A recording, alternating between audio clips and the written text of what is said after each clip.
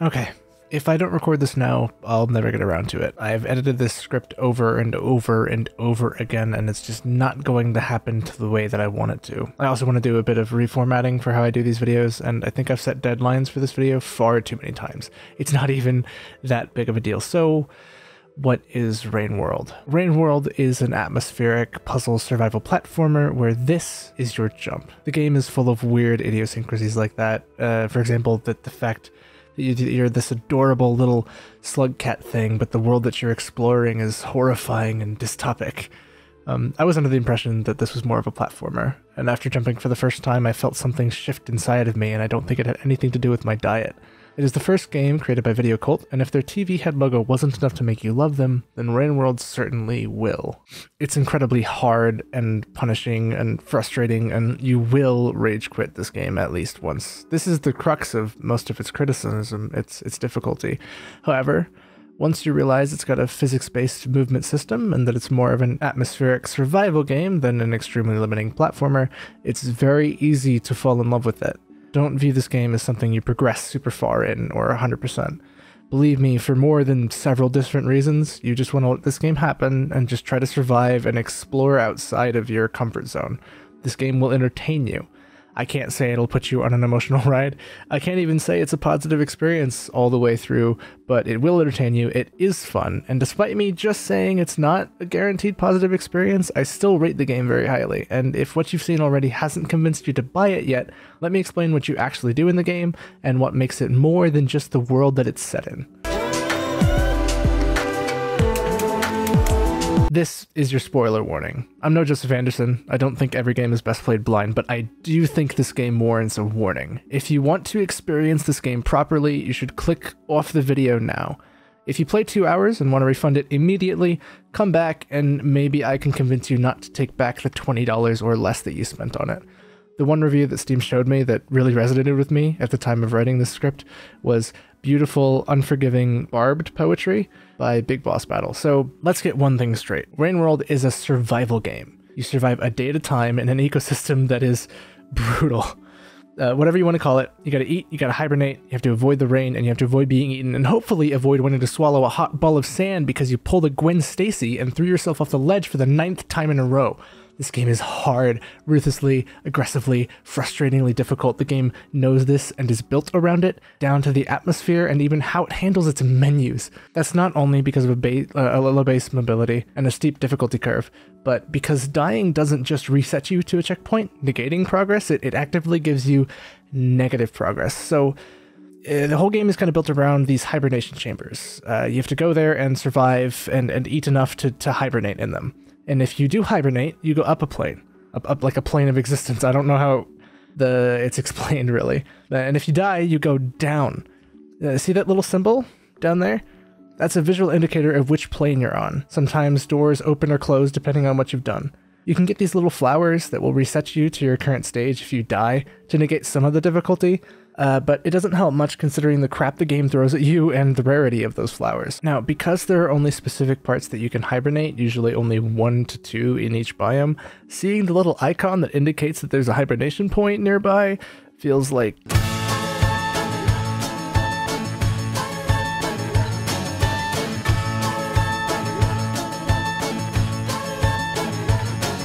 Yeah. There are multiple times when the restart prompt appeared that I considered just not pressing it. The game isn't only hard because of its punishing and unique death mechanic. You've got to scavenge for food, and figuring out how to progress further in the world based on which plane you need to be in can actually be sometimes pretty mentally taxing, though usually the answer is just go up some more. If anybody has seen... I hate to bring up his name again. If anybody's seen Joseph Anderson's review of Darkest Dungeon, which statistically is pretty likely, then what I'm about to say might sound very familiar.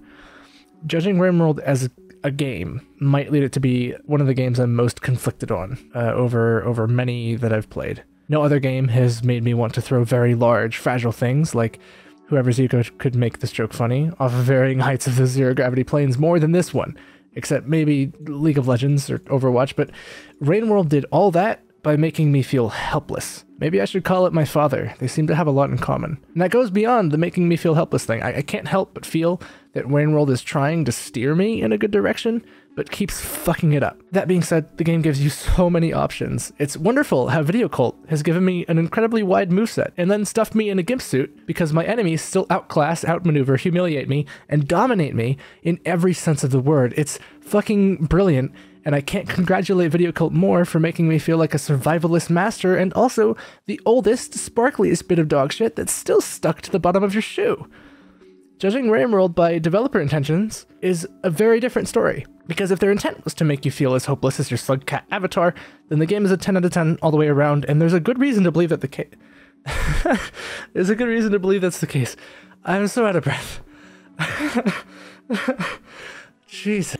I was looking for a wallpaper when I got really into the game, and I found this obscure bit of, obscure board that he was talking about when he made the game, like some sort of forum, and I found this quote. "I'm not making a horror game, but I am trying to portray a world that is very harsh and where survival has to be fought for. There is a twist though, that instead of realistic harshness, I want it to be harsh but in a slightly twisted, cartoony way. Weird little creatures that you don't really know what's going on in their heads fit the game's medium because things will inevitably move a little jerky, behave a little uncanny. Better to play with this than fight against it." Now, keep in mind how obscure that quote I found was. There's probably more evidence to support the idea that their intent was to make you feel like the average college student, struggling all day, every day just to survive and to make it to the next night and rarely succeeding. That's not to say that the game isn't entertaining or fun, and plenty of people absolutely adore this game, and for good reason. Unlike some other games, I do recommend this game, but really only if you're into the masochistic and humiliation side of BDSM, or enjoy atmospheric experiences more than your unrealized restraint and permanently tearing all of your hair out. All of it. I mean, I'm lying. I do recommend this game to way more people than that, obviously. You do have to have kind of specific tastes to enjoy it all the way through. It's accessible, but it's not Blizzard or Nintendo levels of accessible. It's like slightly less accessible than your average like indie Metroidvania like Hollow Knight. One of the only ways that you'll enjoy this game with a grin the entire way through is if you're a masochist though, like I said, which is apparently pretty common in my group of friends according to their BDSMtest.org results. Although you aren't completely tied up. That jump I showed at the start? Yeah, there's a hell of a lot more complexity to your moveset than that. You thought this game had limited movement options. You thought you were wrong. Movement in this game is sensational, baby. It's mostly physics-based too, and Slugcat feels like a fatty. Not like really, it just feels like you have a lot of mass assigned to you. You've got a lot of momentum. Running upright feels like you're always about to lose balance, and crawling on all fours feels like you're magnetized to the ground. You can squeeze through tight spaces, even vertically, and in crawl spaces you can boost around corners while pressing jump, and you can press down and jump to go down, like, super quick, like rocket, yeah. You can charge a jump that sends you rocketing forward. It's not super practical, but it is helpful for some challenges. If you change directions quickly while you're already running, you'll get a boost to your speed and your jump for a very short time. Pressing jump and the opposite direction where you're running will make you do a backflip, which goes higher than your normal jump. If you have a spear in your hand, you can impale it in the ground beneath you and stand on it to get a little bit extra height that you were needing, or you can use it as a stair by embedding it into a nearby wall and gymnasticking your way up a thing. Slugcat can also Last Airbender penguin slide if you press down and jump while running. If you time your up press to come out of it just right, you won't receive the penalty of move speed decrease, so it's probably the best way to move. Jumping at just the right time during the penguin slide, which is a great name. The penguin slide, great name for some like viral choreography, will give you mad hops up and forward. Once you get good at recovering from this, you can be really fast as well. You can even grab onto monsters and shit that are in the water. That actually sounds like something my therapist would say. Hold on, I gotta write this down. Much like exploring your sexuality, there's a surprising amount of depth to your body and movement that isn't immediately clear, which draws parallels to the soundtrack of all things, bizarrely. The soundtrack is phenomenal in its own right, but it becomes better with more layers, sort of like how literature works, or the opposite of how onions work, or ogres. It really truly shines in game, and that's the making of a good soundtrack. When I can talk about how it is used in the game, and not just as individual pieces of music. It's something I appreciate both as a consumer and somebody who does this, talks to a microphone and puts it on the internet about games. So let's have a really awkwardly one-sided conversation about that, shall we?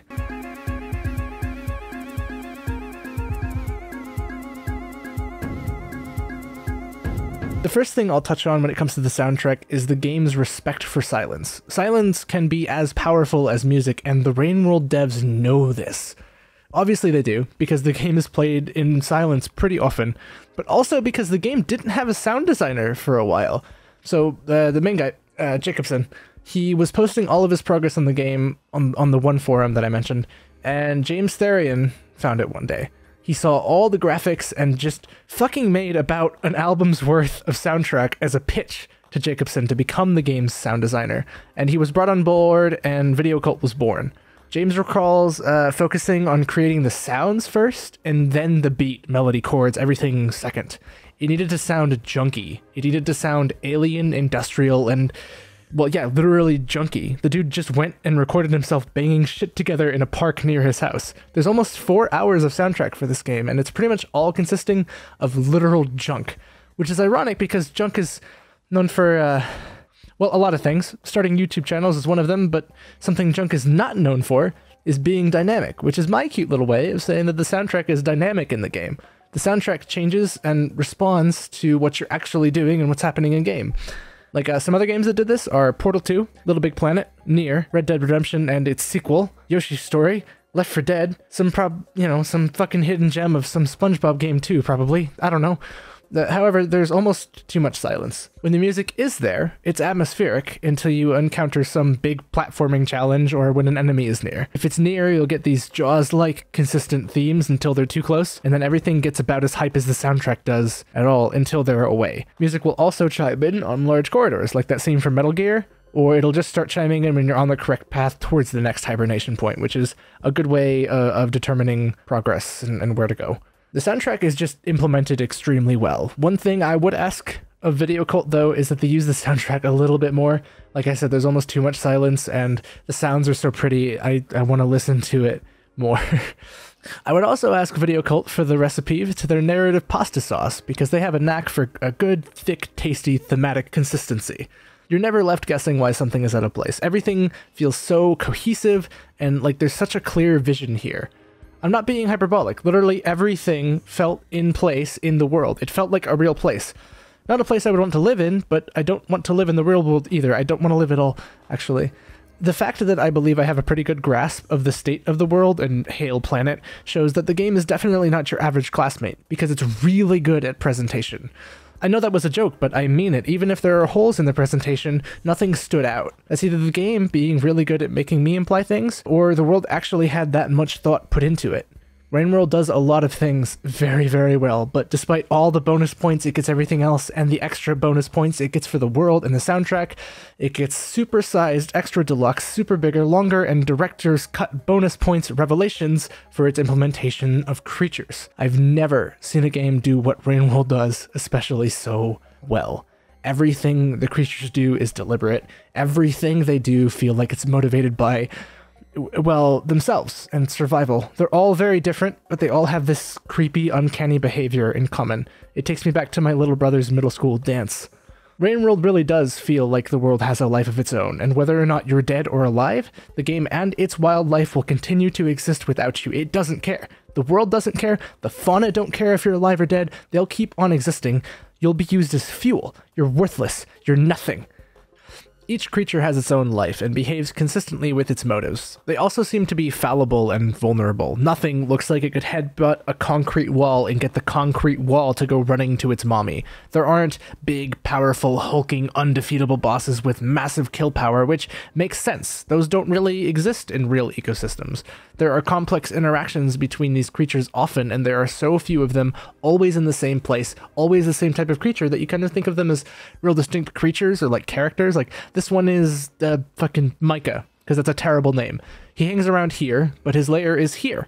You know how I know that? The game doesn't rush you to, so I chose not to respawn immediately so I could drink some ginger ale and try not to tilt, and instead watched him drag me all the way back there after he baited me into his bloody maw of blood and gore and death. But ooh, Now I know how to progress. Cycling back just for a second to the ecosystem point, something that makes Rain World feel really unique to me is that it doesn't just feel like a game. It feels like almost a simulation. Because there's no thing that wouldn't exist in a real ecosystem, because everything feels like it naturally exists in that world, it doesn't really feel like a game. Nothing's there because of game mechanics. Like the hibernation points and the flowers that reset you anyway kind of just feel like they're there for game mechanics, but the fact that they're flowers and everything actually make them feel like they have a place in the world still. Like when I say the entire world is coherent, I mean it. Everything feels like it's natural. I love this game. I love this game. Go buy it. Okay, so not only can you progress by watching creatures, but watching how different types of creatures behave can also affect how well you survive, giving you a matchup experience without dying and fucking dying again, god damn it. I'm also pretty sure there's a food chain. Different species will gang up and cover your options, or the options of other wildlife in the game. Some creatures will protect each other, and some will go after each other. There's probably some deep AI motivating whatever this clusterfuck of creatures is doing to me and to each other. I've got no clue, but I do know that they're all hostile, and that they all want Slugcat incredibly dead, and they've got the power to back it up, which Slugcat does not. Slugcat's durability ranges from a tinfoil sheet to a thinner, more wrinkled sheet of tinfoil, to my diminishing faith in whatever you call God, thanks to this game. There are no upgrades or RPG elements to make any combat any easier, just hope you find spears and things to throw at people. You can swallow things that aren't spears though, and regurgitate them at any later time, just like Amy Schumer or Topical Politician. Be careful of entering combat too often though. It becomes a really bad habit, like smoking, or chewing your nails, or being emotionally vulnerable in front of people you trust. More often than not, it's better to avoid combat. It rarely gives you meat, and you'll die. You can also achieve deadly bliss by starving, or pulling a Gwen Stacy again. If you have to enter combat, you've got to understand that the only thing Slugcat has over the wildlife is that she's controlled by you. She doesn't have immediate burst mobility, wings, teeth, or even genitalia, but she's got a human mind controlling her. That's a fantastic advantage. It's great, but it's also the only one. I guess you don't see other wildlife throwing things either, so you've got that going for you as well, but mostly the mind thing. Fights are usually over very quickly. There's lots of grandstanding and spacing and looking for openings, but as soon as you're actually combating something, it's over faster than you can even scream in mortal terror for your life. Both you and the wildlife are pretty fragile, so you'll only usually get one chance at killing the enemy. The only objects that do damage are spears, and although you can hold multiple bits of rubble, you can only ever hold one spear. Unless you're the hunter, he can hold 3 spears, but I'll get to all that soon. Since you can only hold 1 spear, you only get 1 chance, unless you'd like to risk running over if you miss. Throwing rocks and rubble and all that only stun enemies, which is good to make landing a spear easier or just running away. All of this means that every fight is super tense. Every fight you're in pumps adrenaline until your vision blurs a little, and that's a really, really good thing. It's another example of the developers delivering on the intent of the game, and I have no joke for this entire segment. The combat is clunky and weird, but it's consistent and designed extremely well considering what purpose it serves in the game as a whole. It's rock solid all the way around if you're talking big picture, and I can't joke about it without feeling somewhat disingenuous, so it's good. It has its place in the game. It feels weird, but trust it works, okay? It works. So let's talk about the 2 alternate game modes, shall we? The monk requires less food to hibernate. He's easy mode, but I don't think the game was designed for you to play as him. He was also added post-launch, which I think reinforced that. Almost a year ago, actually. Although multiplayer was added after the launch, despite the intent being there to add it since the inception, so maybe that point's a little bit mute. Now, the Hunter is a cruel, heartless asshole, and I hate his playthrough. He doesn't have the same map as the other 2. You have to hunt for all your food, and although you can carry 3 spears, it's just somehow even harder than the standard game. It's fun for a bit of challenge, I guess, but so is trying to eat your own ass. And the last time I did that, I ended up with a torn muscle and nearly fractured a rib. It's not like sucking your dick, or the base game wasn't challenging enough either. I'd rather have it than not, but ow. The Hunter playthrough is only for the most hardened veterans of autofellatio, or Rain World. Right. So what is Rain World really? That isn't just the stoner inside me talking. I gagged him temporarily while I wrote the script. He seemed to enjoy it, actually. Sick fuck. What is it? This is time for me to get really in deep with mechanics. I want to talk about the time limit the game forces, what sets it apart from every other survival game, and not just say this is implemented well, but show you and expand on that and touch on why it's important for the game to do so. It's big boy pseudo-intellectual time, and I'm at least 2 out of those 3 things, and like a big boy pseudo-intellectual game reviewer, I'm gonna wake off Rainworld so hard that most courts would consider it rape. Just kidding. Who do you think I am? I love all of you. I wish this video was any better, but I just want to be finished with this video already. I've got a big list of ideas for new videos, and I'm still experimenting with my writing style, so stay safe and stay sane, okay? I'm sorry this took forever. There's been a lot, and I put too much pressure on it, so more uploads coming. Hooray! I know, I said that a lot, but again, love you all. Less than 3.